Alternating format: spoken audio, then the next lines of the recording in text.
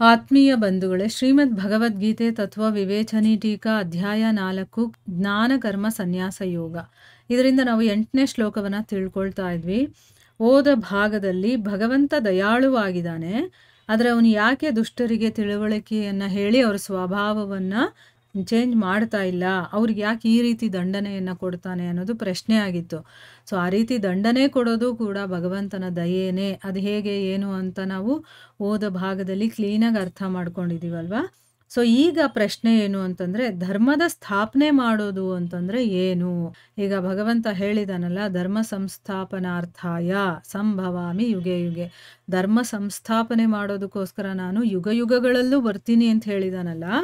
ಧರ್ಮದ ಸಂಸ್ಥಾಪನೆ ಮಾಡೋದು ಅಂತಂದರೆ ಅರ್ಥ ಏನು ಅಂತ ಪ್ರಶ್ನೆ. ಇಲ್ಲಿ ಉತ್ತರ ಏನು ಅಂತಂದರೆ, ಸ್ವತಃ ಶಾಸ್ತ್ರಕ್ಕನುಕೂಲವಾಗಿ ತಾನೂ ಕೂಡ ಆಚರಣೆಯನ್ನು ಮಾಡಿ ಬೇರೆ ಬೇರೆ ರೀತಿಯಿಂದ ಧರ್ಮದ ಮಹತ್ವವನ್ನು ತೋರಿಸ್ಕೊಟ್ಟು, ಈಗ ಹೇಳೋರು ಮಾಡಲಿಲ್ಲ ಅಂತಂದರೆ ನೋಡೋರು ಅವ್ರನ್ನ ಅನುಕರಣೆ ಮಾಡೋರು ತಾವು ಮಾಡೋದಿಲ್ಲ, ನೀವೇ ಮಾಡಲ್ಲ ನಾವು ಹೇಗೆ ಮಾಡಬೇಕು ಅಂತ ಹೇಳ್ತಾರೆ ಅಲ್ವಾ. ಅವ್ರು ಮಾಡಬೇಕಾಗಿರುವಂಥ ನೆಸೆಸಿಟಿ ಇರೋದಿಲ್ಲ, ನಮಗೆ ತೋರಿಸ್ಕೊಡೋದಕ್ಕೋಸ್ಕರ. ಇಲ್ಲಿ ಗುರುಗಳಾಗಿರಬಹುದು, ಸಾಧುಗಳಾಗಿರ್ಬೋದು, ಆತ್ಮ ಸಾಕ್ಷಾತ್ಕಾರವಾಗಿರೋರಾಗಿರ್ಬಹುದು, ಅವರು ಯಾವುದೇ ಕೆಲಸಗಳನ್ನು ಮಾಡಬೇಕಾಗಿಲ್ಲ, ಯಾವುದೇ ಧರ್ಮದ ಆಚರಣೆಯನ್ನು ಮಾಡಬೇಕಾಗಿಲ್ಲ, ಯಾವುದೇ ರೂಲ್ಸ್ ರೆಗ್ಯುಲೇಷನ್ಸ್ಗಳನ್ನು ಫಾಲೋ ಮಾಡಬೇಕಾಗೂ ಇಲ್ಲ. ಅವರು ಅದನ್ನೆಲ್ಲ ದಾಟಿ ಹೋಗಿರೋರು.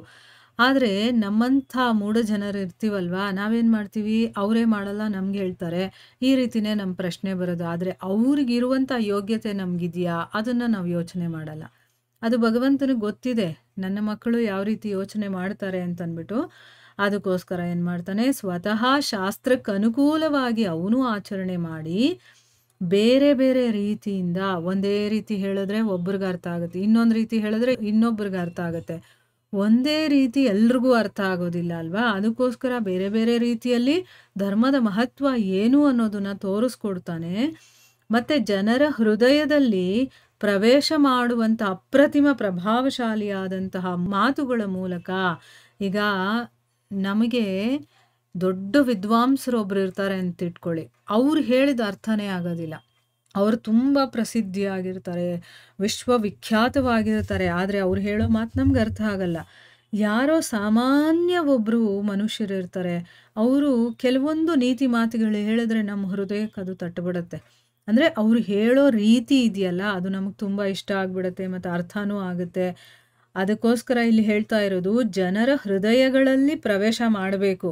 ಇಲ್ಲ ಅಂತಂದರೆ ನಾವು ಎಷ್ಟು ಹೇಳಿದ್ರೂ ಏನು ಪ್ರಯೋಜನ, ಅದು ನಮಗೆ ತಲುಪಬೇಕಲ್ವಾ, ಆ ರೀತಿ ಹೇಳಬೇಕಲ್ವಾ. ಅಂಥ ಪ್ರಭಾವಶಾಲಿಯಾದ ಮಾತುಗಳ ಮೂಲಕ ಭಗವಂತ ಉಪದೇಶವನ್ನು ಮಾಡ್ತಾನೆ ಮತ್ತು ಆದೇಶವನ್ನು ಕೊಡ್ತಾನೆ.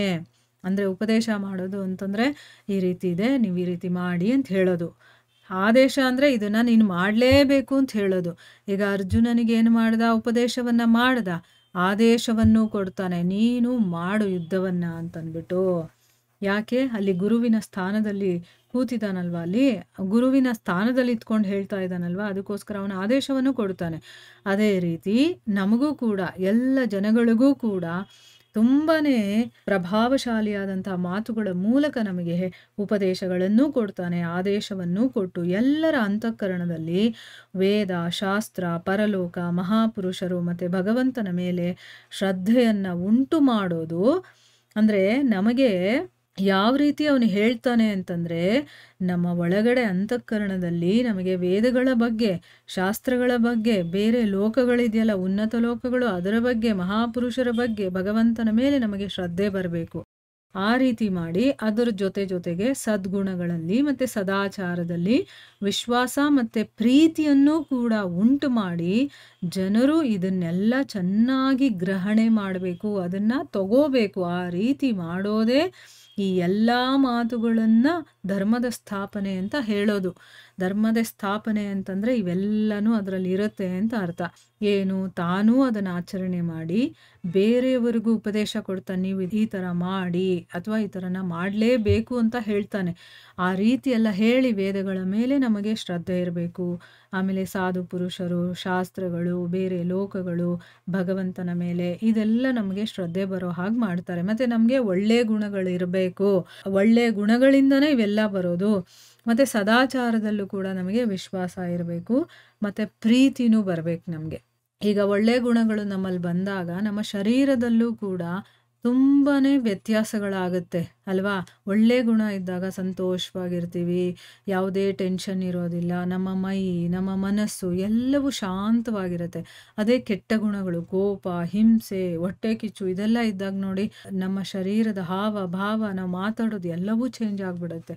ನಮಗೆ ಗೊತ್ತಾಗ್ಬಿಡುತ್ತೆ, ನಾನು ಎಷ್ಟು ಕೂಲ್ ಆಗಿದ್ದೀನಿ, ಎಷ್ಟು ಕಾಮ್ ಆಗಿದ್ದೀನಿ, ನನಗೆ ಎಷ್ಟು ಮನಸ್ಸಿಗೆ ಸಮಾಧಾನವಾಗಿದೆ ಅಂತಂದ್ಬಿಟ್ಟಲ್ವಾ. ಸದ್ಗುಣಗಳಿದ್ದಾಗ ಆ ರೀತಿ ಆಗುತ್ತೆ.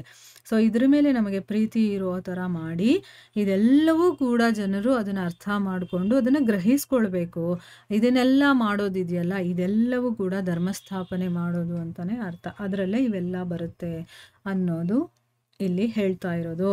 ಮುಂದಿನ ಪ್ರಶ್ನೆ ಏನು ಅಂತಂದರೆ, ಸಾಧುಗಳ ಪರಿತ್ರಾಣ, ದುಷ್ಟರ ಸಂಹಾರ ಮತ್ತು ಧರ್ಮದ ಸ್ಥಾಪನೆ, ಈ ಮೂರರ ಅವಶ್ಯಕತೆ ಒಂದೇ ಬಾರಿಗೆ ಉಂಟಾದರೆ ಭಗವಂತನ ಅವತಾರ ಆಗುತ್ತಾ, ಅಥವಾ ಯಾವುದಾದ್ರೂ ಒಂದು ಅಥವಾ ಎರಡು ನಿಮಿತ್ತಗಳಿಂದಲೂ ಕೂಡ ಆಗಬಹುದಾ ಅನ್ನೋದು ಪ್ರಶ್ನೆ. ಅಂದರೆ ಈಗ ಸಾಧುಗಳನ್ನು ಉದ್ಧಾರ ಮಾಡೋದಕ್ಕೆ, ದುಷ್ಟರನ್ನು ಸಂಹಾರ ಮಾಡೋದಕ್ಕೆ, ಮತ್ತು ಧರ್ಮದ ಸ್ಥಾಪನೆ ಮಾಡೋದಕ್ಕೆ ಮೂರು ವಿಷಯಗಳಿದೆ ಇಲ್ಲಿ ಅಲ್ವಾ? ಈ ಮೂರೂ ಅವಶ್ಯಕತೆಗಳು ಒಟ್ಟಾಗಿ ಬರುತ್ತಲ್ಲ, ಆಗ ಮಾತ್ರ ಭಗವಂತನ ಅವತಾರ ಆಗೋದು, ಅಥವಾ ಸಾಧುಗಳನ್ನು ಉದ್ಧಾರ ಮಾಡೋದಕ್ಕೆ ಮಾತ್ರ ಅಂತ ಒಂದು ಸಂದರ್ಭ ಬಂದಾಗ ಮಾತ್ರ ಬರ್ತಾನ, ಅಥವಾ ಎರಡು ಏನಾದರೂ ಬಂದಾಗ ಸಾಧುಗಳನ್ನು ಉದ್ಧಾರ ಮಾಡಬೇಕು, ದುಷ್ಟರನ್ನು ಕೂಡ ಸಂಹಾರ ಮಾಡಬೇಕು, ಈ ಎರಡು ರೀಸನ್ ಇದ್ದಾಗ ಬರ್ತಾನ ಅಂತಂದ್ಬಿಟ್ಟು ಇಲ್ಲಿ ಕೇಳ್ತಾ ಇರೋದು.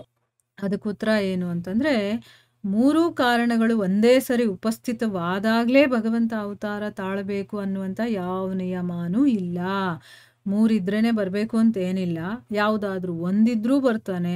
ಎರಡು ಉದ್ದೇಶಗಳಿದ್ರೂ ಕೂಡ ಅವನು ಅದನ್ನು ಪೂರ್ತಿ ಮಾಡೋದಕ್ಕೋಸ್ಕರ ಭಗವಂತ ಬರಬಲ್ಲ. ಅವನಿಗೆ ಯಾವುದೇ ನಿಯಮ ಇಲ್ಲ, ಕಾನೂನಿಲ್ಲ, ಏನೂ ಇಲ್ಲ. ಅವನಿಗೆ ಯಾವಾಗ ಬರಬೇಕು ಅನಿಸುತ್ತೋ ಅವಾಗ ಬರ್ತಾನೆ, ಯಾವಾಗ ಹೋಗಬೇಕು ಅನಿಸುತ್ತೋ ಅವಾಗ ಹೋಗ್ತಾನೆ. ಅವನಿಗೆ ಯಾವುದೇ ನಿಯಮ ನಿಬಂಧನೆಗಳು ಇಲ್ಲ ಅನ್ನೋದು ಇದರ ಅರ್ಥ. ಇಲ್ಲಿಗೆ ನಾವು ನಿಲ್ಲಿಸೋಣ. ಹರೇ ಕೃಷ್ಣ.